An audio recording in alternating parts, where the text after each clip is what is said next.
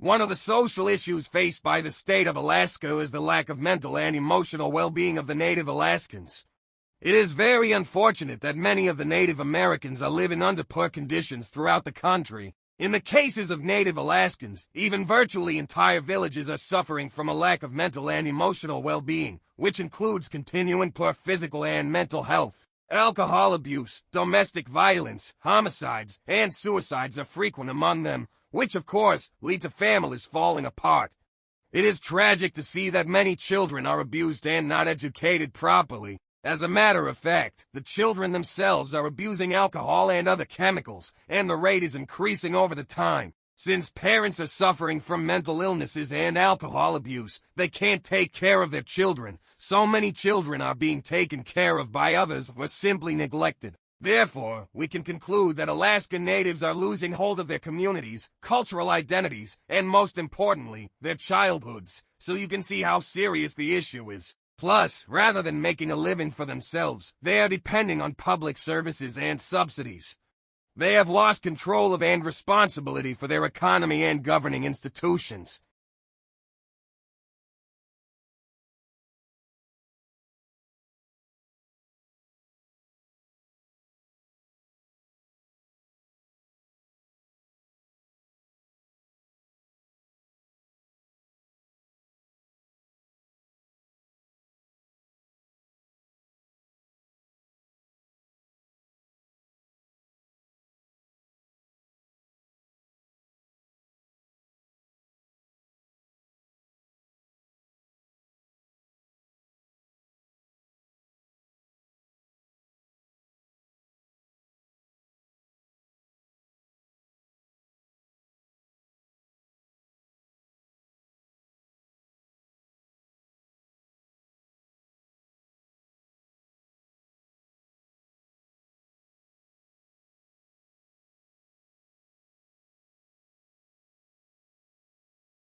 But you can see from the relatively crooked and narrow streets of the city of Rome as they look from above today, you can see that again, the city grew in a fairly ad hoc way, as I mentioned.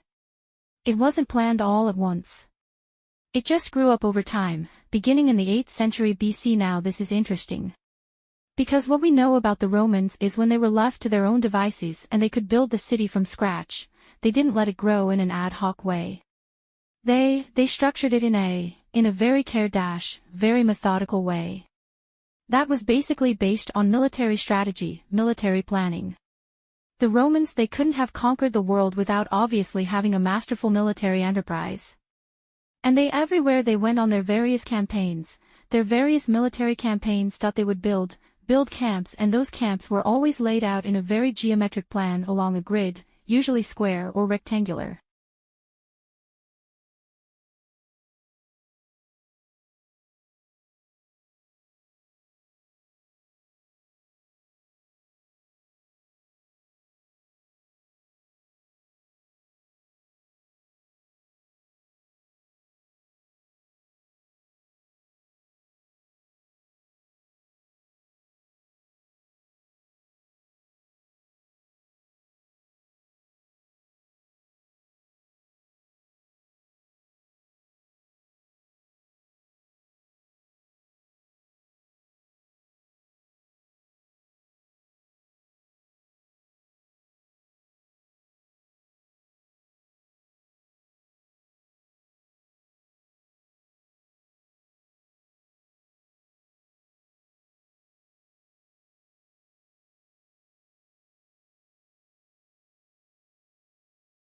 For centuries, boys were top of the class.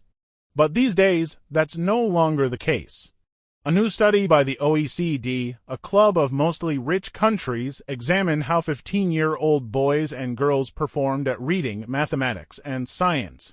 Boys still score somewhat better at maths, and in science the genders are roughly equal.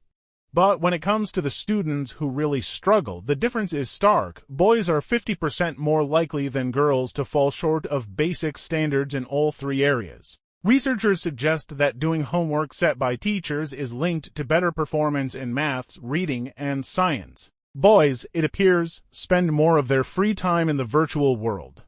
They are 17% more likely than girls to play collaborative online games than girls every day. They also use the internet more. Third, peer pressure plays a role. A lot of boys decide early on that they are just too cool for school, which means they're more likely to be rowdy in class. Teachers mark them down for this. In anonymous tests, boys perform better. In fact, the gender gap in Reading drops by a third when teachers don't know the gender of the pupil they are marking. So, what can be done to close this gap? Getting boys to do more homework and cut down on screen time would help. But most of all, abandoning gender stereotypes would benefit all students. Boys in countries with the best schools read much better than girls. And girls in Shanghai excel in mathematics. They outperform boys from anywhere else in the world.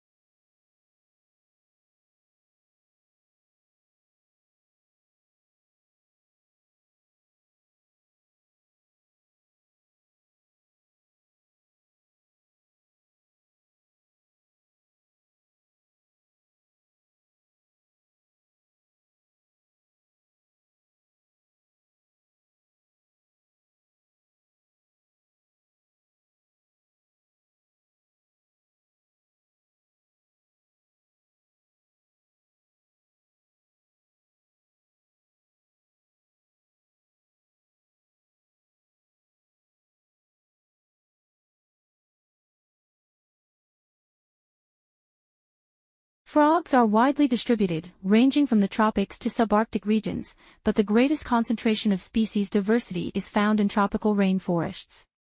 There are approximately 4,800 recorded species, accounting for over 85% of extant amphibian species. They are also one of the 5 most diverse vertebrate orders. Besides living in fresh water and on dry land, the adults of some species are adapted for living underground or in trees. Adult frogs generally have a carnivorous diet consisting of small invertebrates, but omnivorous species exist and a few feed on fruit. Frogs are extremely efficient at converting what they eat into body mass. They are an important food source for predators and part of the food web dynamics of many of the world's ecosystems.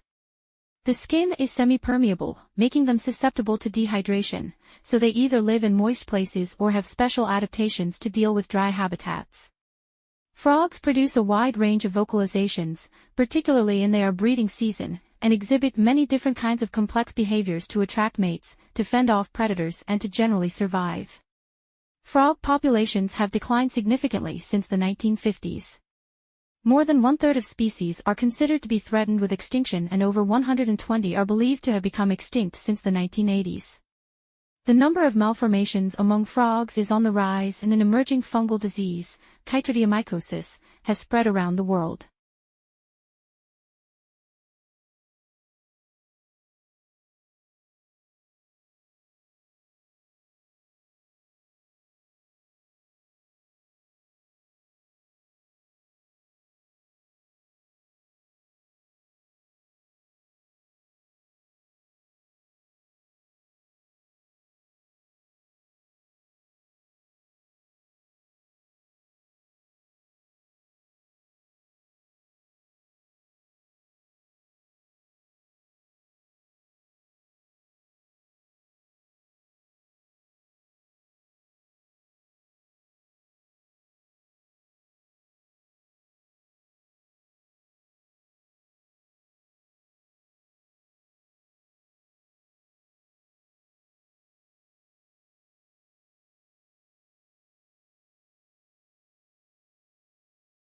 There comes a time in a desert ant's life when a piece of food is too large to ignore, but too heavy to lift, and the only way to get it home is to adopt a new style of walking. The long-legged and speedy Cataglyphus fortis normally covers ground with a 3-legged stride that moves 2 legs forwards on one side, and one on the other. For the next step, the insect mirrors the move with its other 3 legs. But recordings of ants in the Tunisian desert reveal that when faced with oversized lumps of food 10 times their own weight, the forward, tripod, walking style is abandoned. Unable to lift the morsels in their mandibles, the ants drag the food backwards instead. moving all 6 legs independently. This is the first time we have seen this in any ants, said lead author Sarah Pfeffer at the University of Ulm in Germany. The ants' long legs already help keep their bodies away from the scorching desert floor and enable them to speed around at up to 60 centimeters per second. Think of Usain Bolt, who has very long legs compared to body size. The desert floor is also very hot, so the further away their bodies are from the surface, the better, said co-author Matthias Wittlinger. The ants have also evolved to function at body temperatures of 50°C in a desert where temperatures can soar to 70°C. They're basically just trying to get out of the heat, he added.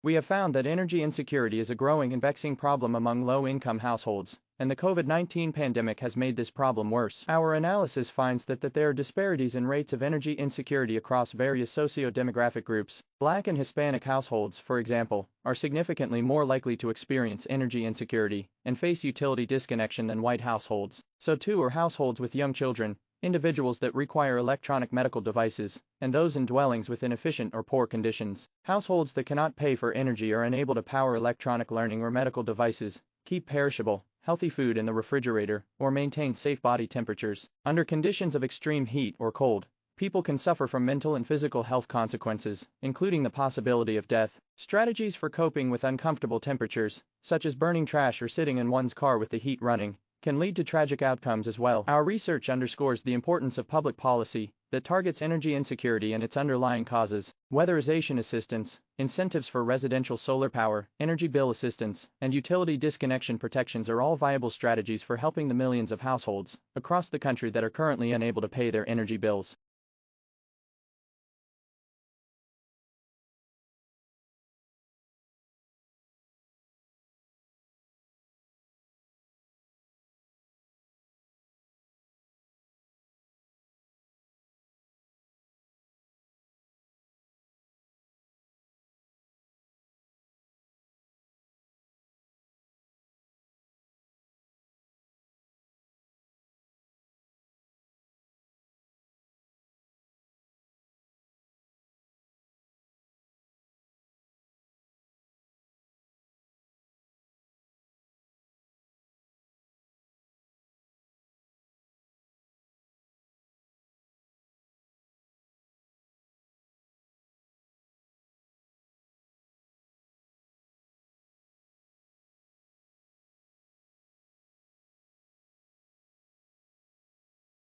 So the pace at which human minds have evolved over the last 500,000 years and more recently the last 200,000 years has been so frighteningly rapid that the evolution of cognitive function and perception can only occur in a small number of genes. If one needed to adapt dozens of genes changes in concert in order to acquire the penetrating minds that we now have, which our ancestors 5,000 years ago didn't have, the evolution could not have taken place. It could not have occurred so quickly, and for that reason alone, one begins to really suspect that the genetic differences between people who lived 5,000 years ago is evidence that the difference between their cognitive functions and ours is not actually as large. Therefore, a rather small number of genes may be responsible for the powerful minds that humans have, which most of us now possess.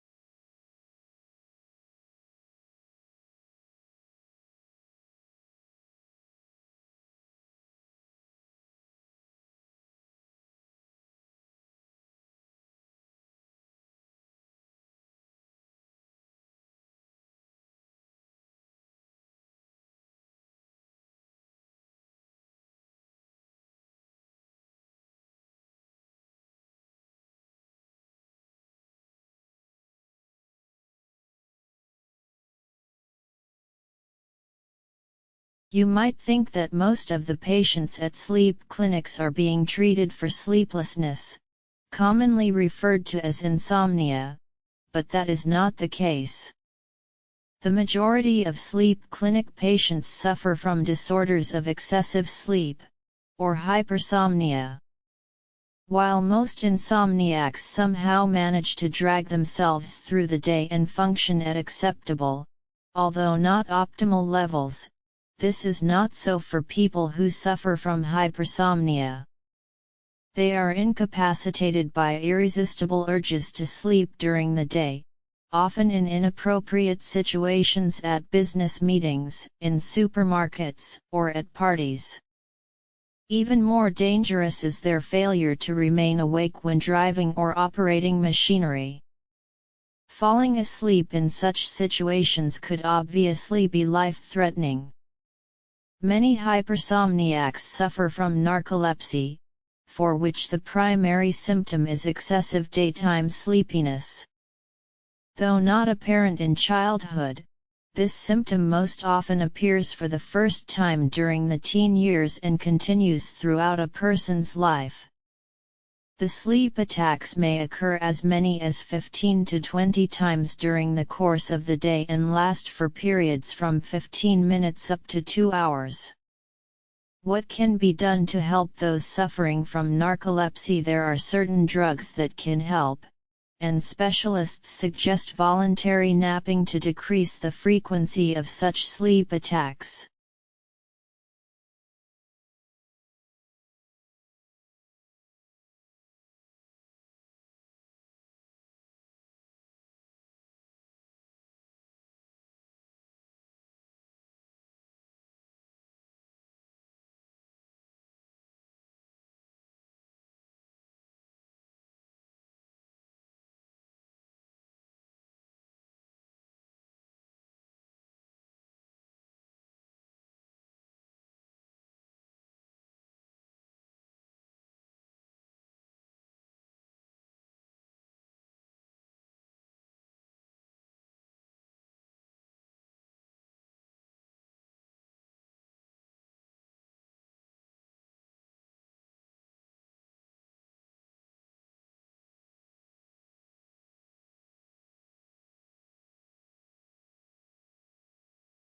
Most people think of astronomers as people who spend their time in cold observatories, peering through telescopes every night.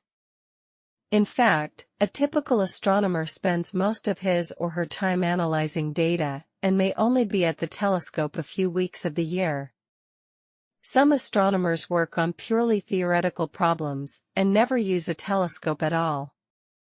You might not know how rarely images are viewed directly through telescopes.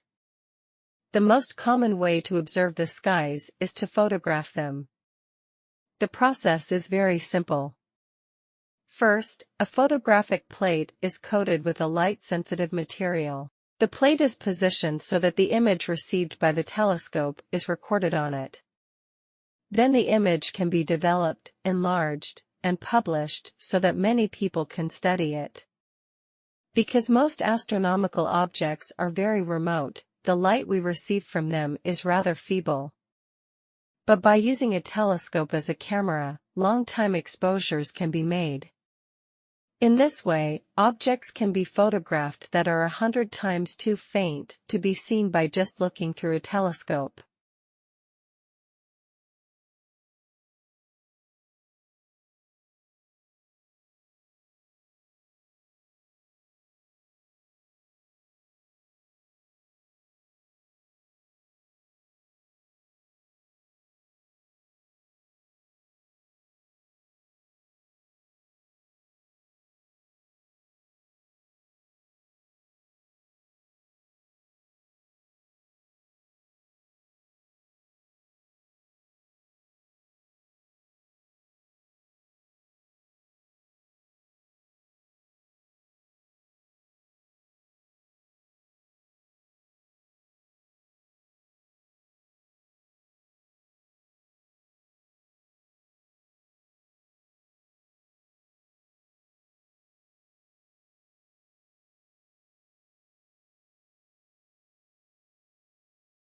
A leader can define or clarify goals by issuing a memo or an executive order, an edict or a fatwa or a tweet, by passing a law, barking a command, or presenting an interesting idea in a meeting of colleagues. Leaders can mobilize people's energies in ways that range from subtle, quiet persuasion to the coercive threat, or the use of deadly force. Sometimes a charismatic leader such as Martin Luther King Jr. can define goals and mobilize energies through rhetoric and the power of example. We can think of leadership as a spectrum, in terms of both visibility and the power the leader wields. On one end of the spectrum, we have the most visible, authoritative leaders like the President of the United States, or the Prime Minister of the United Kingdom, or a dictator such as Hitler or Gaddafi. At the opposite end of the spectrum is casual, low-key leadership found in countless situations, every day around the world.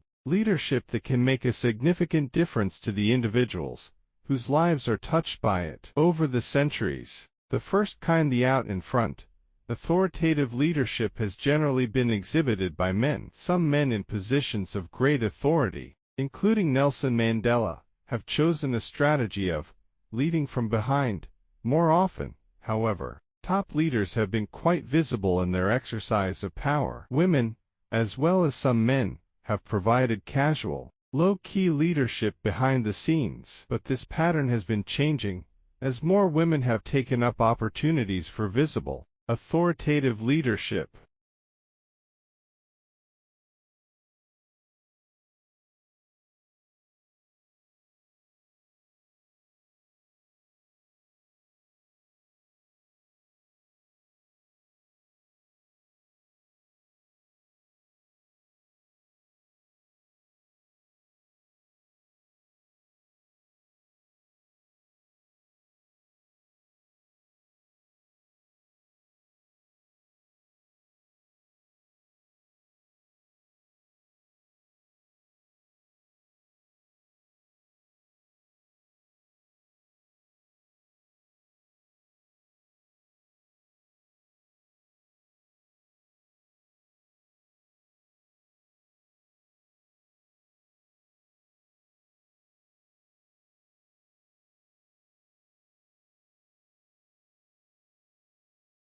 Wilson came then from a different world, and he became the focal point of a broad mainstream American culture that thought that modern literature and wanted modern literature to be able to be read and appreciated by ordinary people. They were not modernists in an abstract sense, and certainly some of them like T.S. Eliot and Faulkner were too difficult for some of their writings to be read by ordinary people. But this was a world before the division between the brows, or between elite or whatever had established itself as part of our consciousness. Wilson was a major player in the successful effort of his generation to establish at the heart of American life an innovative literature that would equal the great cultures of Europe. And he knew that the great cultures of Europe were there. He was not a product of a narrow American studies kind of training at all. He joined a high artistic standard with an openness to all experience and a belief that literature was as much a part of life for everyone as conversation. He thought that Proust and Joyce and Yeats and Eliot could and should be read by ordinary Americans, and helped that to happen. Wilson was a very various man over a period of almost 50 years. He was a dedicated literary journalist, an investigative reporter, a brilliant memoirist and a dedicated journal keeper.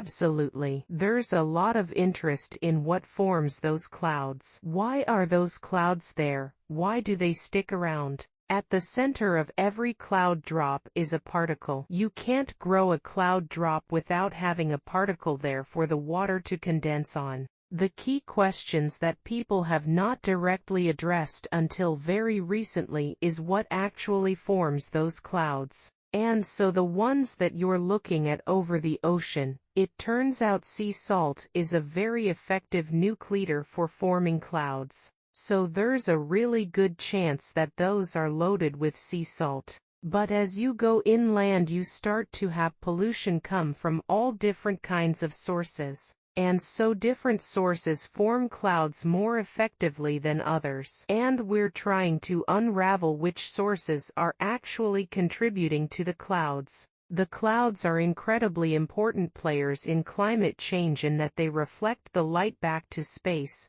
and so they're keeping things much cooler than they would be if they weren't there. They also play a huge role in regional weather. So we're actually starting to see shifts where having more pollution input into the clouds is affecting weather patterns. And in particular, it's actually reducing the amount of precipitation. So we're starting to see drought in areas with super high levels of air pollution.